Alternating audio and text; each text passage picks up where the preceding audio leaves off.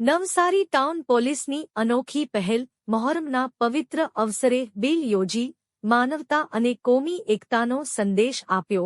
Navsari town police દ્વારા મહોરમના પાવન અવસરે માનવતાનું એક અનોખું અને પ્રેરણાદાયી ઉદાહરણ પૂરું પાડ્યું। નવસારી ટાઉન પોલીસ સ્ટેશન દ્વારા આ વર્ષે ઇતિહાસમાં પ્રથમ વખત મહોરમ નિમિત્તે બિલ સેવામાં સહભાગી થઈને અનોખી લોકસેવા કરવામાં આવી હતી।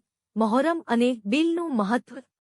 મહોરમ એ ઇસ્લામી વર્ષનો પ્રથમ મહિનો છે, જેને હઝરત ઇમામ હુસૈન અને કરબલાના શહીદોની યાદમાં શોકના પ્રતીક તરીકે મનાવવામાં આવે છે। આ પવિત્ર પ્રસંગે મુસ્લિમ સમુદાય દ્વારા પરંપરાગત રીતે બિલનું આયોજન કરવામાં આવે છે, જેમાં રસ્તે પસાર થતા લોકોને ઠંડુ પાણી અને શરબત પીવડાવી તેમની તરસ છિપાવવામાં આવે છે।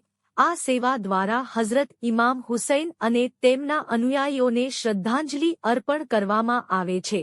પોલીસ પ્રશાસન બન્યું સેવાનું સહભાગી। આ વર્ષે નવસારી ટાઉન પોલીસના પોલીસ ઇન્સ્પેક્ટર કે ડી નકુમના માર્ગદર્શન હેઠળ નવસારી ટાઉન પોલીસે પણ આ માનવ સેવામાં ઉત્સાહભેર ભાગ લીધો હતો।